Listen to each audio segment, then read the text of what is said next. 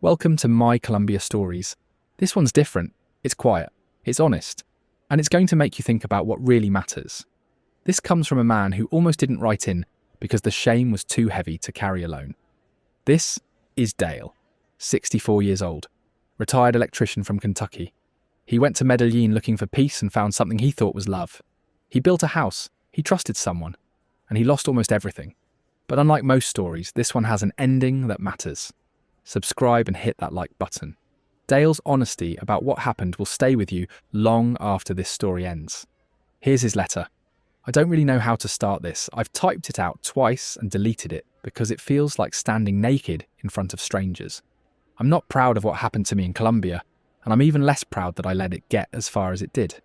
But I've been watching these stories, and I keep thinking maybe if one man reads this and slows down, it's worth the embarrassment. I'm 64 years old. I worked as an electrician most of my life, residential and commercial.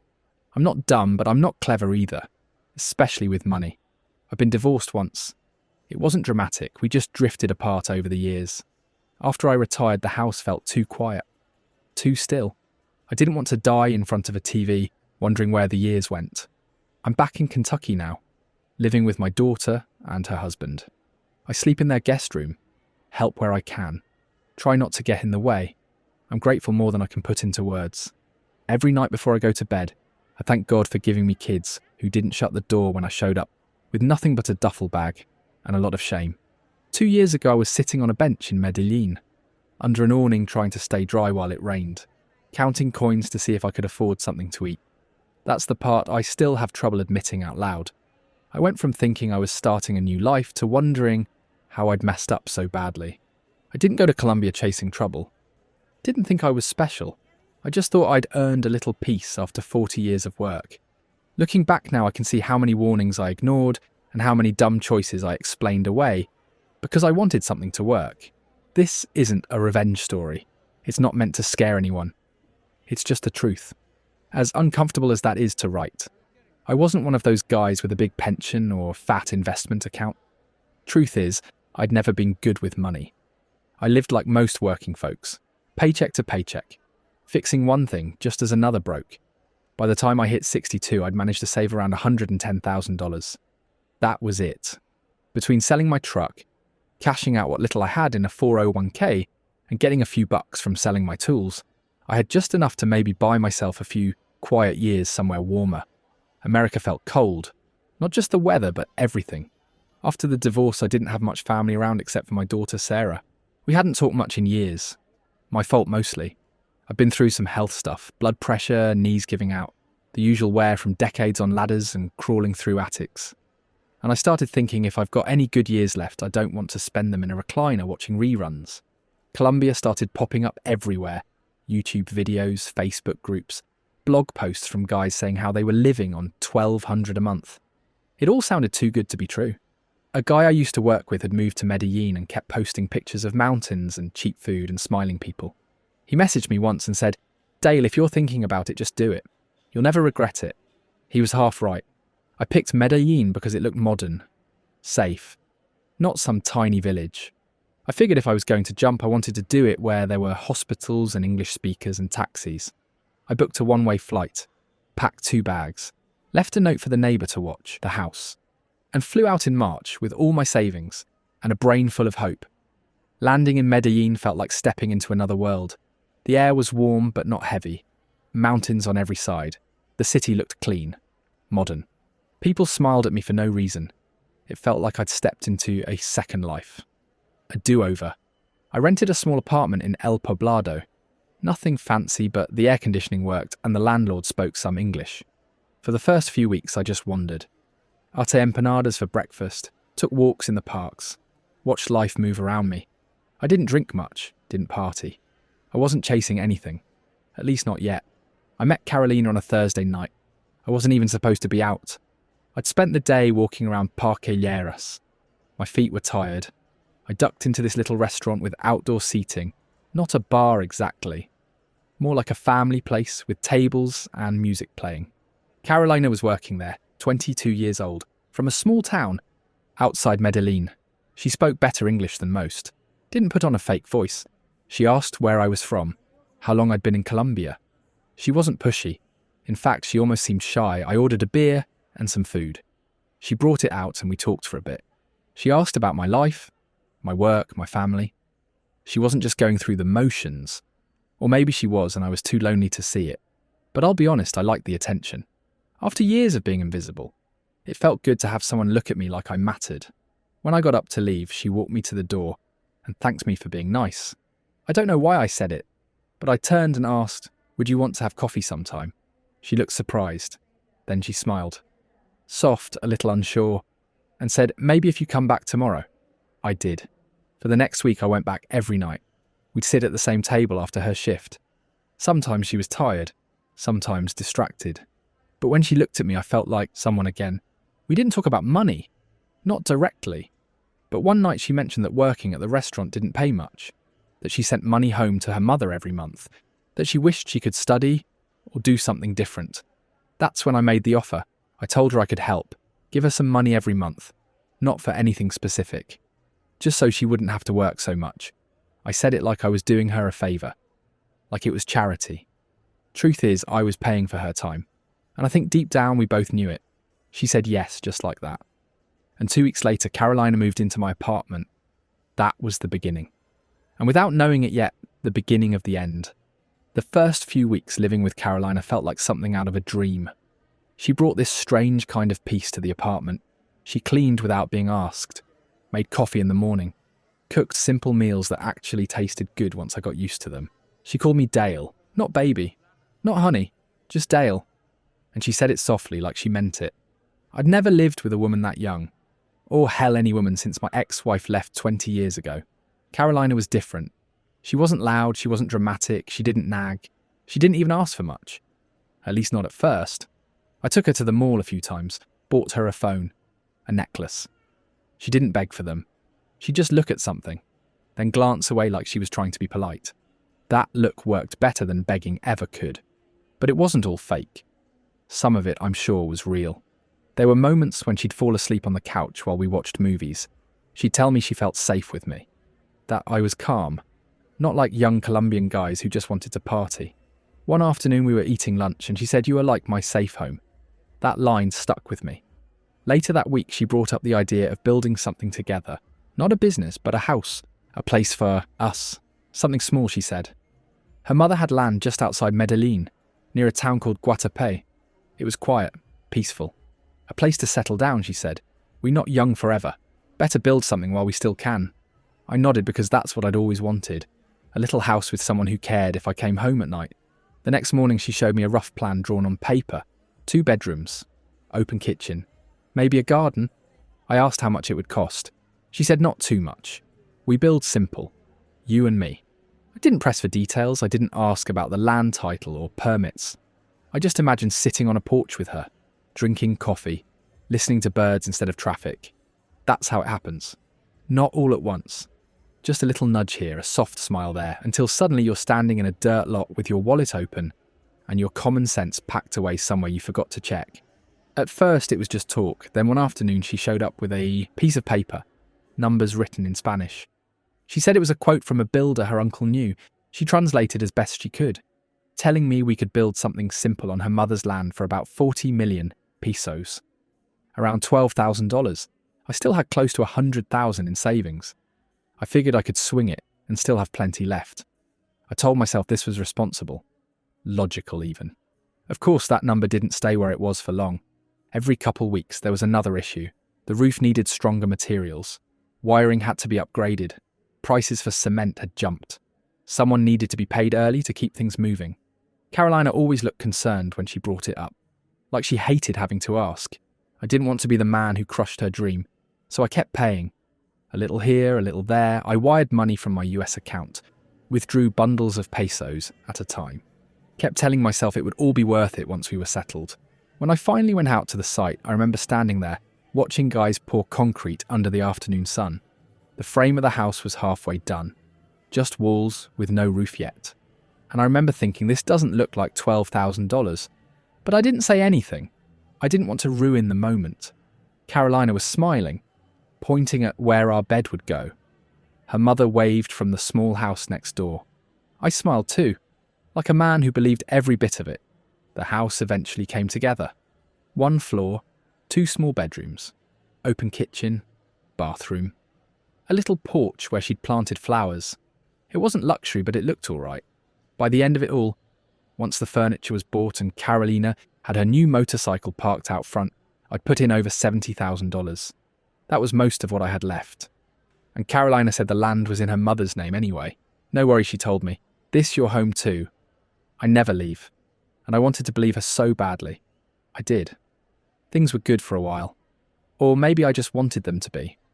Once we moved into the house, Carolina seemed happy, at least on the surface.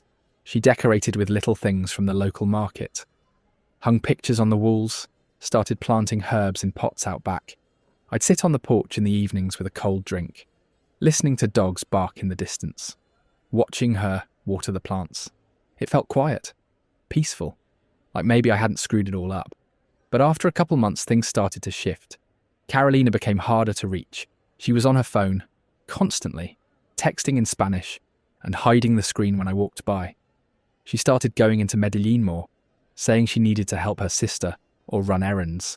She'd leave in the morning wearing makeup and nice clothes. Come back after dark saying traffic was bad. The first few times I believed her. I didn't want to be one of those bitter expats who assumes every Colombian woman is playing games. I gave her space. I trusted her. But something in my gut told me the rhythm had changed. She stopped sitting with me on the porch. She didn't ask if I'd eaten. She barely looked up from her screen. I asked her one night gently if everything was okay. She sighed hard and said, "You always ask so many questions. I'm not your child." That stung more than I let on. Then came the coldness, not yelling. Just silence followed by sharp little jabs. I'd ask if she wanted to go somewhere and she'd say, "Why you follow me everywhere? You don't trust me." I told her I was just trying to spend time together. She rolled her eyes and went back to her phone. I remember one evening I cooked her favourite meal, bought everything from the market, set the table, tried to make it nice. She walked in, saw the table, and said, "Why you act like this?" Then she sat down and scrolled through her phone while I ate in. Silence. I should have said something. I should have pushed harder. But I was scared. Not of her, but of losing what I'd built. That house wasn't just walls and concrete. It was everything I had left. My savings, my pride, my shot at a second life. I was too invested to walk away, and too ashamed to admit to anyone back home that things were slipping.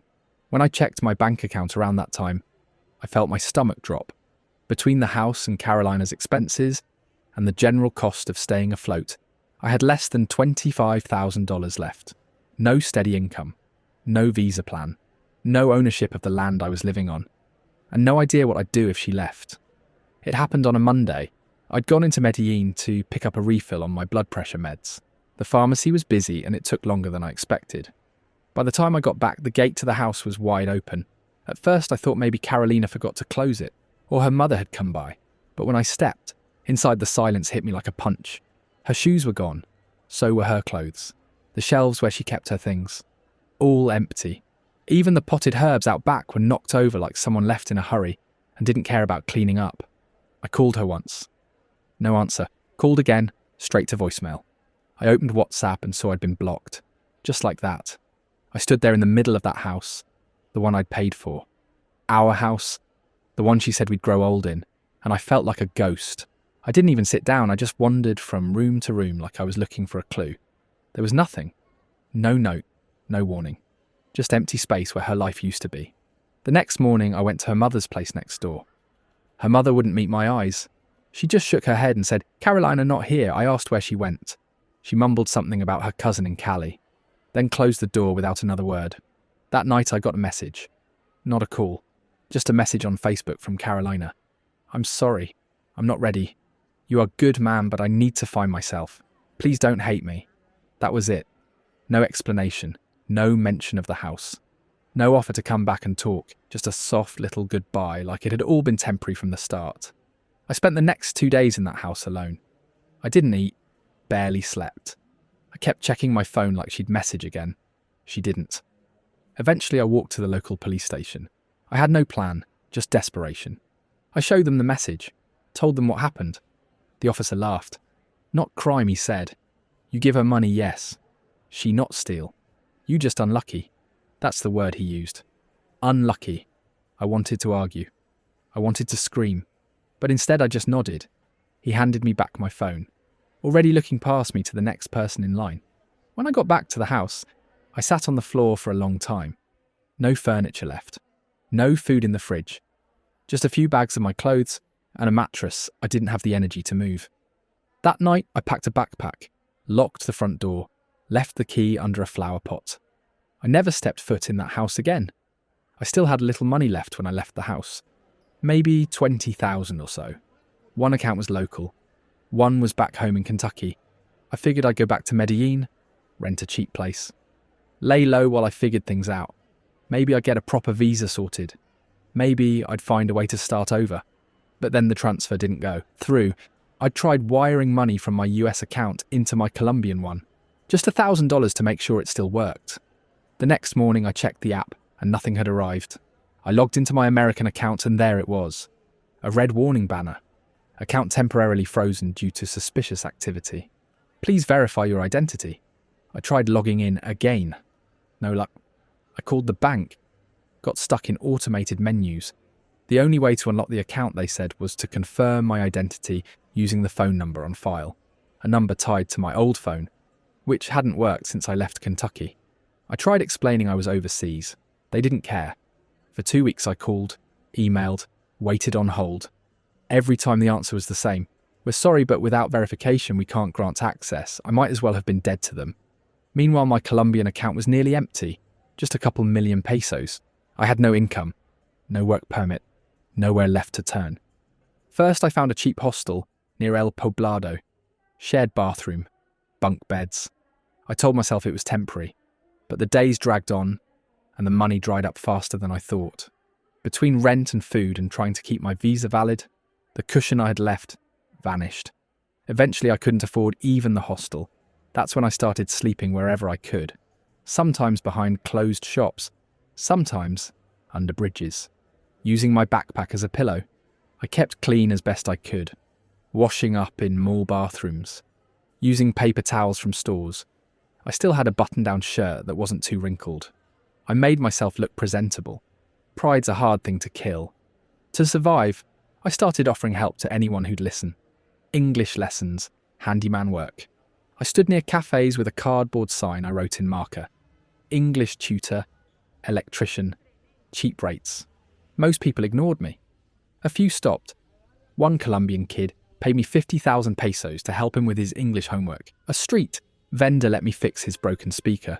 Gave me 20,000 and a meal. I wasn't begging. Not technically, but I was damn close. Some nights I didn't eat. Some nights I pretended I wasn't hungry. The worst part wasn't the hunger or the heat or the sleeping rough. It was the shame. The knowing I'd done this to myself. That I'd traded my future for a girl who left without even looking back.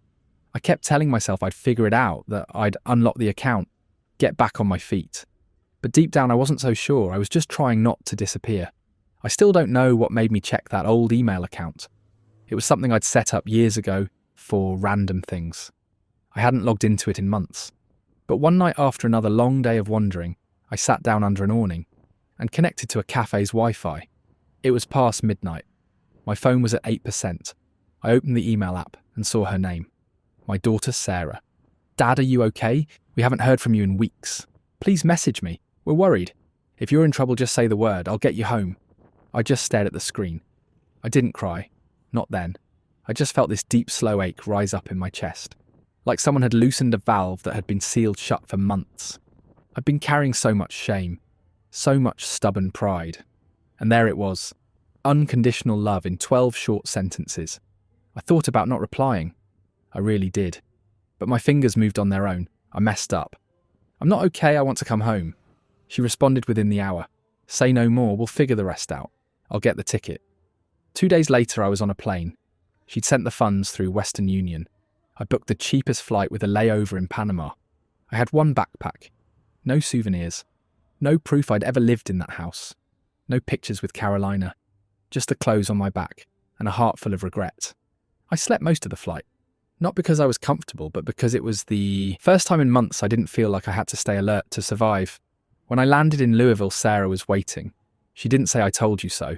She didn't ask 100 questions. She just hugged me hard and said, "Let's go home." I rode in the passenger seat of her car, staring out at the grey Kentucky sky. And for the first time in a long time, I didn't feel like a complete failure. I felt like someone who got lucky. Not lucky in Colombia. Lucky to still have family that hadn't given up on me. I've been back in Kentucky for a little over a year now. I sleep in Sarah's guest room. It's not glamorous, but it's warm and dry and quiet. And at this stage in life, that's more than enough. I help around the house, cook dinner a couple nights a week, take the kids to school when Sarah and her husband are working. I keep my head down and try not to be a burden. No one ever asks for the full story. Not right away. When I finally told Sarah, she just shook her head and said, "You're not the first dad and you won't be the last." She was right. I've talked to other guys since then. Men who went overseas looking for something they couldn't find back home. Some were chasing adventure. Some were running from heartbreak. Some, like me, just wanted to feel needed again. We all tell ourselves we're different, smarter, that our girl really means it. But the truth is, when you're lonely enough, when you're tired and a little broken inside, it's easy to mistake comfort for love. I don't hate Carolina. I think she did what she thought she had to do. I don't excuse it, and I sure don't respect it. But I understand now that I was trying to build a life with someone who was still figuring out her own. She was 22. I was 62. We weren't partners. We were a transaction. I tried to turn into a fairy tale. The house I built is probably still standing. Maybe someone else lives in it now. Maybe it's empty. I try not to think about it too much. It's just concrete and tile. What matters is, I got out before it broke me completely. Every night before I turn out the light, I thank God for Sarah and her family, for not slamming the door when I came back with nothing to show for 2 years, but a beaten-up passport and deep regrets. They didn't ask for apologies, they just gave me a place to land. I'm not sure what comes next. I don't have much left in the way of money, and I'm too old to go back to electrical work. But I've got time, and I've got people who care. And after everything I went through in Colombia, that's more than I deserve. So if you're reading this thinking about chasing a second chance overseas, I'm not here to stop you. But I will say this, if you're running from something, it'll follow you. If you think love will fix you, it won't. And if you think 100 grand makes you rich in Medellin, you're already in trouble. But if you've got family who still picks up the phone when you call, don't trade that for anything. That's the real gold. And thank goodness I still had some left. That's Dale's story. This is my Colombia stories. Another one coming soon.